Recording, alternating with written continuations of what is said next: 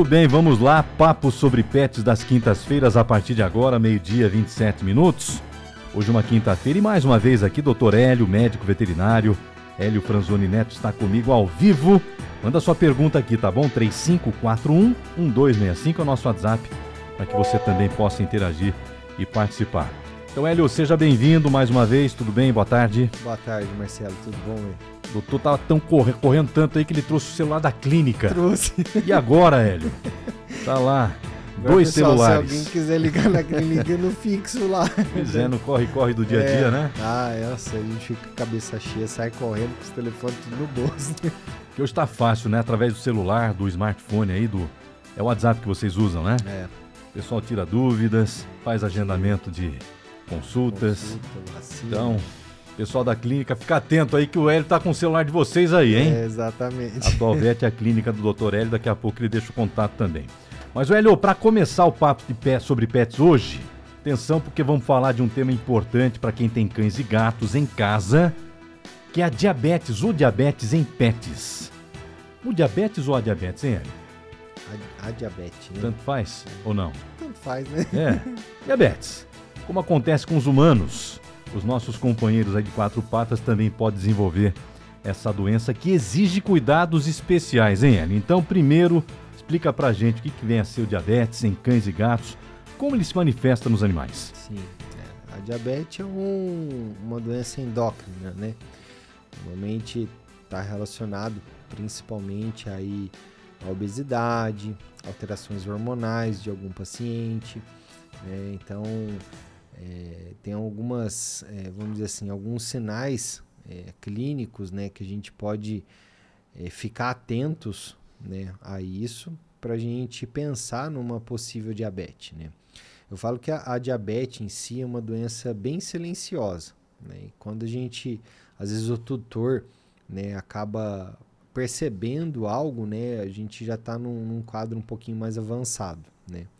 Então, assim, as recomendações para a gente não chegar, lógico, num paciente diabético, né? Eu falo que o principal fator que a gente tem que ficar atento é principalmente, igual eu falei, a obesidade dos nossos pacientes, que é uma das causas bem significativas que o paciente pode se tornar diabético, né? Então, assim, ficar de olho e atento ao peso do animal, né? A alimentação é muito importante, né? O animal, Hélio, tá pegando muito peso, tá engordando, não estou conseguindo fazer ele emagrecer, mesmo às vezes dando uma ração específica para emagrecimento, fazendo a dieta certinho, fazendo exercício físico, ele não está perdendo peso, aí, igual eu falei, é interessante entrar em contato com uma clínica veterinária, conversar com o seu veterinário, falar a respeito disso, né? Ver se essa logística desse tratamento que você está fazendo em casa da perda de peso está sendo eficaz ou não. E aí começar com os exames de rotina, os básicos, né? Que são principalmente parte de função hepática, colesterol, triglicérides, né? Até a gente for suspeitando, às vezes, de alguma causa hormonal, até a chegada dos exames mais complementares, né? A diabetes a gente consegue, às vezes, ter vamos dizer assim, um diagnóstico, uma suspeita diagnóstica bem simples, que é o teste de glicemia, que a gente faz mesmo, tá? Isso a gente consegue fazer no consultório, né, para ver se a parte glicêmica do paciente está tudo ok. É lógico que nem sempre, né, a glicemia alta é uma diabetes, então a gente precisa ver o contexto do paciente, né, se ele não tem, às vezes, vou dar um exemplo, um tumor em pâncreas que possam ocasionar essa alteração diabética, se ele não pode ter uma alteração em parte de adrenal, às vezes uma infecção muito alta, então às vezes a gente precisa tentar entender e não fechar um diagnóstico completo como diabetes, né? Uma vez fazendo os exames e fechando um diagnóstico com um paciente diabético, né? É lógico, vai precisar fazer o tratamento, e o tratamento, eu falo que assim, o mais difícil da diabetes é conseguir um tratamento, não é correto, mas um tratamento que eu falo assim, infelizmente é um tratamento contínuo pro resto da vida. Para ser eficaz. Então, assim, vai precisar mudar a alimentação do animal, às vezes vai precisar aplicar insulina a cada 12 horas, a alimentação tem que ser também a cada 12. Então, tem algumas medicações que o paciente vai ter que tomar. é imprescindível ter o acompanhamento com o endocrinologista, tá? Eu falo que assim, os meus pacientes que a gente acaba diagnosticando com diabetes, eu falo assim, ó, precisa passar com uma endócrino, precisa ter esse acompanhamento. Eu falo que por mais que a gente já viveu muito, já teve muito caso de diabetes, tudo, o endócrino, né, ou o especialista na parte hormonal, ele tem algumas informações, né, e algumas vivências que a gente não viveu. E a gente, às vezes, consegue um controle muito melhor dessa diabetes, né? Porque eu falo que a diabetes mata, a diabetes pode levar, às vezes, uma alteração hepática grave, uma alteração pancreática grave, e às vezes o paciente via óbito por conta disso. Então, temos que ficar atento, né? O Hélio, você falou que é uma doença silenciosa. Você começou a sua fala falando sobre isso e realmente, o diabetes, ele é silencioso, mas ele também apresenta alguns sintomas. Vamos falar dos sintomas clássicos para o tutor ficar atento. Às vezes o cão está ali, já apresenta os sintomas e é um indício de que pode ser o diabetes, né? Sim, exatamente. A diabetes, o paciente, um dos primeiros sintomas, o paciente às vezes começa a perder peso, né? Então, às vezes um animal obeso começa a emagrecer do nada, né? Então, perda de peso, começa a ter uma ingestão hídrica muito grande, então o animal começa a beber muita água, começa a fazer muito xixi. A urina, normalmente, a gente vê, às vezes, se o animal faz no quintal, ou dentro de casa, a gente vê formiga na urina, porque às vezes a concentração de glicose, de açúcar na urina vai ser maior, e às vezes vai atrair formiga, mosca. Então, assim, isso também é uma coisa que a gente tem que ficar atento. Posteriormente, o animal pode começar a ter catarata, né, uma visão mais turva, por conta da diabetes, né? E aí, consequentemente, se a gente não trata isso, né, isso vai se degringolando, né? Então, o animal começa a apresentar vômito, náusea, começa a entrar em um quadro que a gente fala que é de cetoacidose metabólica, porque essa glicemia começa a ficar muito alta por muito tempo, né? E aí começa a danificar outras coisas, vamos dizer assim, né? E aí a gente, na hora que pega um paciente já que está em cetoacidose metabólica, para a gente conseguir controlar isso é bem complicado. O Hélio, deixa eu entender uma coisa, porque no ser humano existe o diabetes tipo 1 e tipo 2. Sim. O tipo 1 é aquele que a pessoa nasce, né, que é o caso mais grave até. O tipo 2 é aquele que desenvolve no decorrer da vida. Nos animais tem isso também ou não? Ô Marcelo, eu nunca peguei um tipo 1, que o paciente já nasce com diabetes. Não. Tá, mas existe? Peguei. É raro ou não? Olha, eu não vou saber te falar corretamente se existe isso. Tá. Eu nunca ouvi falar. Nem então o clássico é o tipo 2, é aquele desenvolvido... O tipo 2 que desenvolve. Normalmente, igual eu falei, desenvolve ou por obesidade ou por um fator hormonal. Essa seria a próxima pergunta. Então, quais os cuidados? É alimentar bem, não deixar o cão ficar idoso? Como o ser humano tem também, né? Sim, o gordinho, aquele que tem um pouco mais de relaxo na alimentação, é que vai desenvolver. Eu falo que assim, cuidar da alimentação do paciente. Cão obeso não é sinal de saúde, né? Eu falo que o cão tem que ser esbelto, né? Então, assim, tem que ter cinturadinha, não tem que ter abdômen muito abaulado, então tem que ficar de olho nessa alimentação, no peso do animal e fazer exame de rotina, né? Eu falo que pelo menos aí a cada 6 meses, né? É interessante fazer lá um exame básico, fazer uma glicemia, ver se está tudo bem. E se começa a ver um sinal diferente do paciente, né? É interessante levar, falar, ele tá assim, assim, assado, vamos fazer um exame básico, vamos fazer uma glicemia na sala, tudo. A gente consegue, às vezes, ter um diagnóstico mais rápido, vamos dizer assim, né? Então, já cheguei a pegar pacientes aí que uma vez chegou uma Golden para mim, né? De um outro clínico, eu não sei quem que era, e tava com um problema que o animal não conseguia comer, tava com dificuldade de se alimentar, né? E fizeram os exames básicos, mas não fizeram uma simples glicemia da paciente e falaram que era problema no dente da cachorra, né?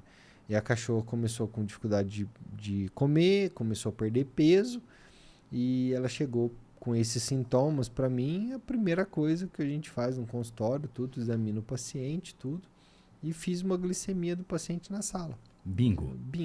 Já fechou como diabetes, tudo, começamos o tratamento, o animal voltou a se alimentar bem, voltou a comer, né? Depois disso a gente viu a parte do dente, realmente tinha um processo ali de infecção no dente, mas não era isso que estava ocasionando a falta de alimentação, né? Então a gente cuidou da diabetes primeiro, estabilizou o paciente, né, para depois ir para a sala de cirurgia, fazer a extração do dente que estava podre, tudo, para acertar essa parte da dentição. Mas o quadro principal dela era a diabetes, não era o dente que estava ocasionando, né? Tem alguma raça mais propensa a esse tipo de doença, Hélio, ou não? Não, Marcelo, não tem uma raça mais predisposta em ter diabetes, né? Todos eles estão susceptíveis a ter a diabetes, no caso.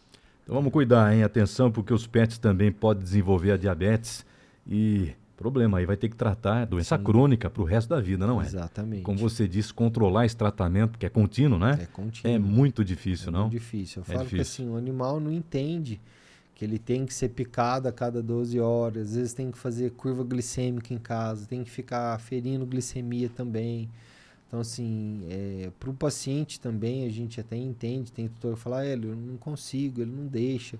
Eu falo que é o problema porque o cão em si não está entendendo por que eles estão furando ele toda hora, às vezes para coletar um pouquinho de sangue ou fazer uma glicemia lá.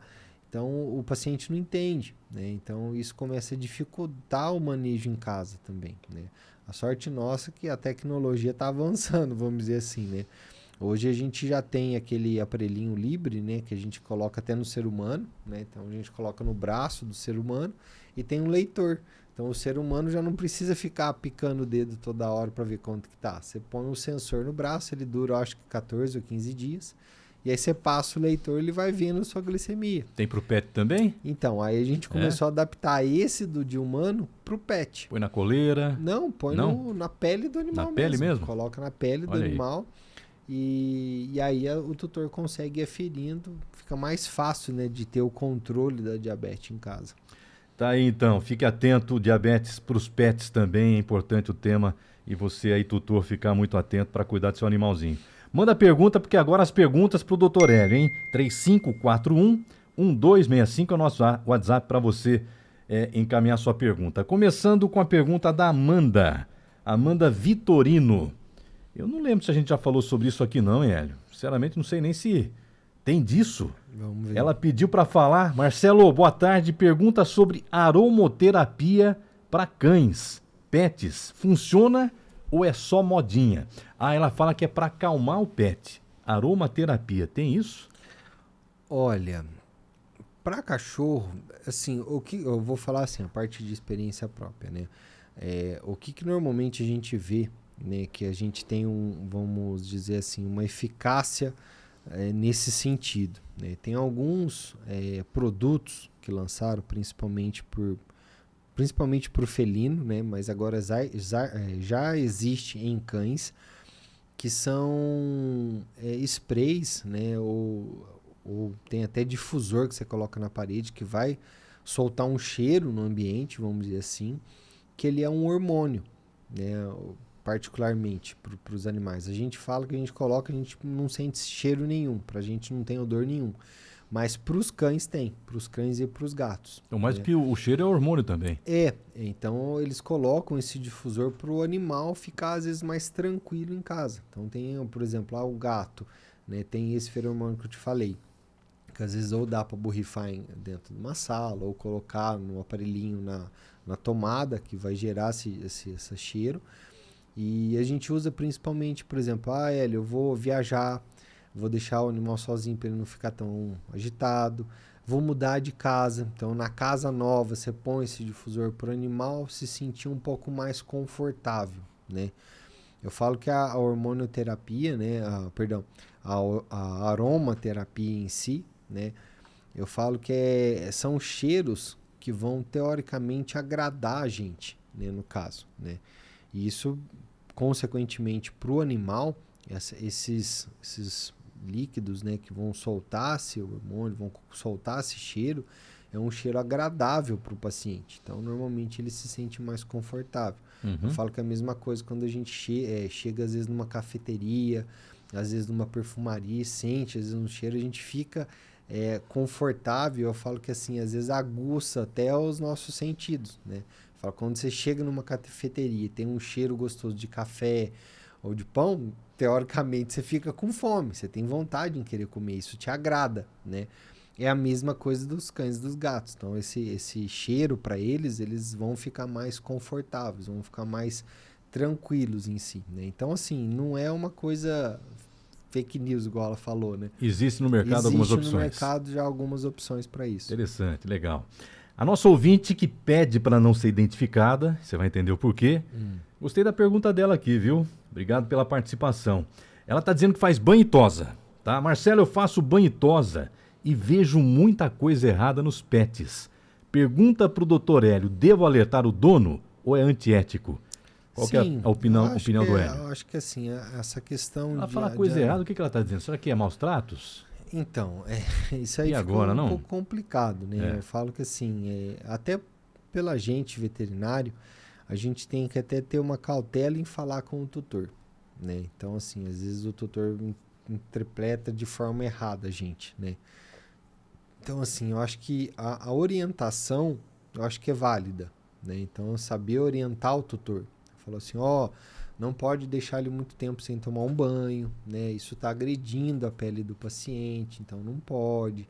Eu acho que essa orientação, eu acho que é legal, né? Falou, ele está vindo aqui, mas está com o pelo muito embaraçado, né? Isso tá machucando a pele, então na hora que a gente vai escovar, às vezes acaba machucando, então é interessante ou te ensinar a você escovar esse animal em casa, ou se falar assim, Hélio, eu não tenho tempo de ficar escovando animal em casa. Então, assim, não tenha um animal de pelo longo.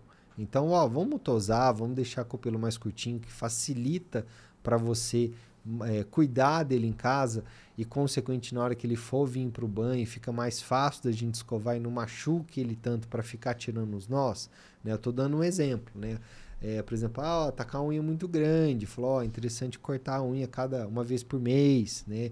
Eu falo que essas orientações é bacana, né? Até a gente, veterinário, né, que tem contato com esse pessoal do banho e tosa, né? Eu falo que é imprescindível falar para o pessoal que faz banho e tosa, que eu acho que é uma coisa muito legal de se fazer, né? Que às vezes alguns banho e tosas não fazem, né? Antes de pôr um animal dentro do seu banho e tosa, é interessante ver se as vacinas estão em dia. Falar, vou precisar da carteirinha de vacinação dele em dia. Ver se ele tomou vermífugo, se o vermífugo está em dia. Né? Se tem um fluxo de animal muito grande, é interessante ver se esse animal usa um antiparasitário, né? um antipulgas, um anticarrapatos. Eu falo até mais para você conseguir manter o seu estabelecimento livre disso, né? Que às vezes chega um cachorro lá, cheio de carrapato, infesta o teu banho tosa, e aí aquele luluzinho da Pomerânia, da mulher, do Samanta, vai chegar cheio de carrapato em casa. É um cliente que você acaba perdendo, por conta de um outro paciente que às vezes você não orientou corretamente, né? Então, eu acho que assim, a gente a palavra é orientar. É orientar. É eu isso. falo assim, lógico que a gente não pode interrogar a pessoa, mas eu acho que a orientação é válida. É sempre a não ser válida. que seja um caso muito grave, né, Hélio? Sim. Se for uma situação muito grave, aí já é uma outra situação até de denunciar para a autoridade, se for o caso, policial. Exatamente. Porque pode acontecer, né? Pode acontecer. Você já deve ter recebido na clínica lá. Chega lá com uma história, você vai ver totalmente diferente a situação, né? E eu falo assim, o estabelecimento, quando é de vocês, é próprio, né? Ou, no caso, fala assim, eu trabalho para um banho e tosa, né? Falar com o dono, o responsável, quando chega um paciente como esse, né? Ou por maus tratos, ou, sei lá, um animal que falou assim, Hélio, não tem condição de fazer um procedimento, né? Chegar e falar para a pessoa, falar, infelizmente, esse tipo de procedimento a gente não consegue realizar aqui, ou o seu animal está com muito carrapato, não consigo colocar ele aqui para dentro. Primeiro, eu acho que é interessante passar com o veterinário, fazer a remoção desses carrapatos por comprimido, sei lá, né? Tirar, matar esses carrapatos primeiro, para depois entrar para um banho tosa, né? Então, assim, a gente tem que saber conversar com o tutor e também falar não em algumas condições, né? Eu falo que assim, não adianta a gente ficar abraçando o mundo e abraçando a causa e a gente acabar se comprometendo também, né? A gente se compromete até mesmo com os outros tutores. Eu falo que assim, por exemplo, na minha clínica, eu não trabalho, vamos supor, com uma internação que a gente fala que é internação de infecto contagioso, né? Então, animal com parvo, com sinomose, né? Essas condições desses animais, eu não consigo internar, né? Eu não consigo manter ele internado porque eu não tenho uma estrutura para abranger essas doenças, né? E até porque se eu falar assim, não, eu vou pegar e dou um jeito aqui, o que acontece? Eu acabo contaminando toda a minha internação e às vezes eu não consigo depois colocar um filhote ou colocar um outro animal que está debilitado junto com esse, que vai acabar passando a doença adiante, entendeu? Então a gente tem que ter ciência também do que a gente tem em mãos e o que a gente pode trabalhar ou não. Dos limites, né? É lógico, dos Legal. limites. O Júlio do Parque das Árvores, ó, escuta aí, Hélio, tá acompanhando, mandou mensagem aqui. Marcelo, conta pro doutor Hélio aí que eu já levei uma galinha pro veterinário e ninguém acreditava. Já levaram galinha pro você lá? Pra mim não, mas eu já ouvi falar. Chega com a galinha Já. lá. Já, ó, uma galinha. Uma vez eu já cheguei a atender um ganso. Ganso?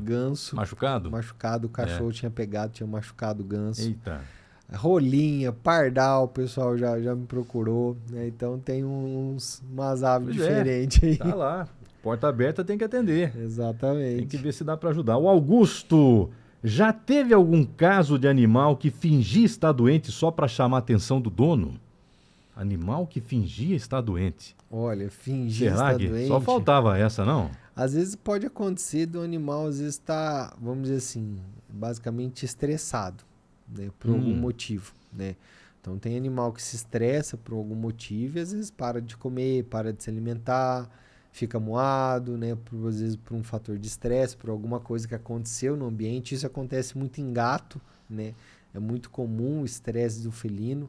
Às vezes, por exemplo, ele mudou, sei lá, meu filho que morava 4, 5 anos longe voltou para minha casa.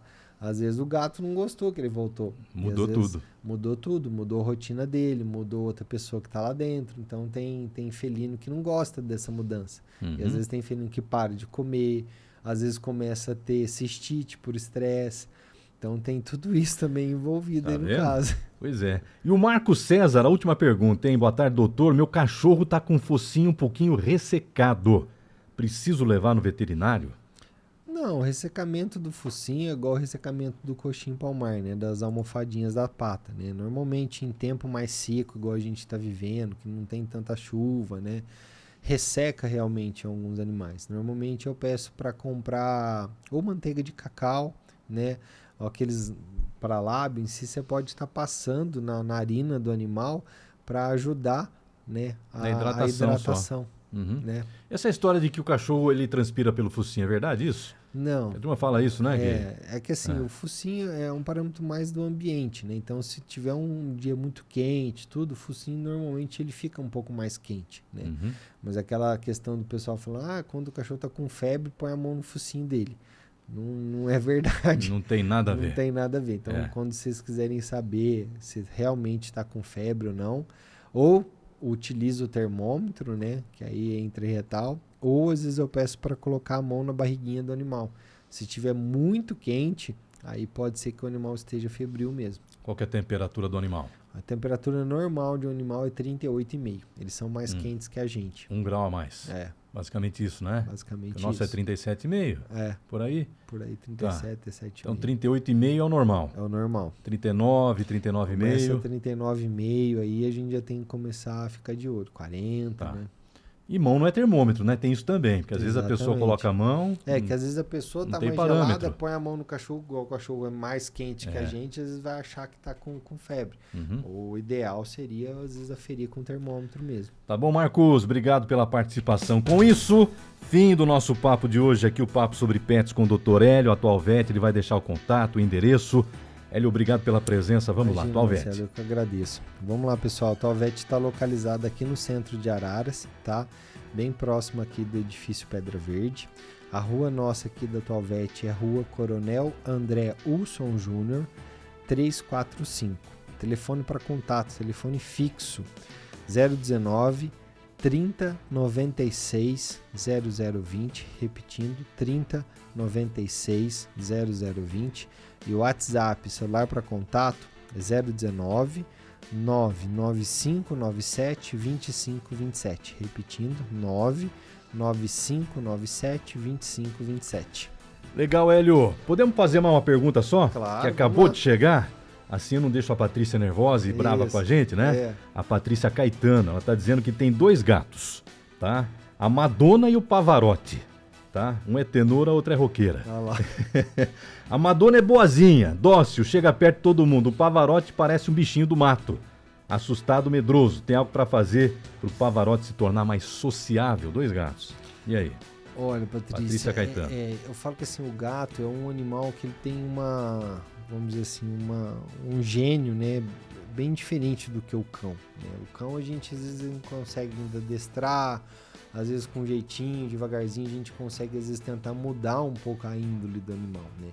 O gato em si é um pouco mais complicado. Tem gato que realmente não aceita muito bem, às vezes um carinho, às vezes não aceita, não tem essa docilidade, né? É lógico, tem algumas raças de gatos que são mais propensas a ter uma docilidade maior, que é o Pérsia, né? Que ele é um gato mais suscetível a deixar, fazer carinho, ficar dentro de casa, né? Mas tem gato que por mais que a gente tenta, às vezes igual eu falei do feromônio, colocar o feromônio em casa, né? Às vezes tem agora alguns... como chama? Esses aromas que a gente falou aí? Tem os aromas e tem as medicações de farmácia de manipulação. Fitoterápicos, Muito isso. bem. Tem alguns fitoterápicos que a gente pode utilizar, isso não tem contraindicação nenhuma, né? Para tentar deixar o animal um pouco mais relaxado, um pouco mais calmo.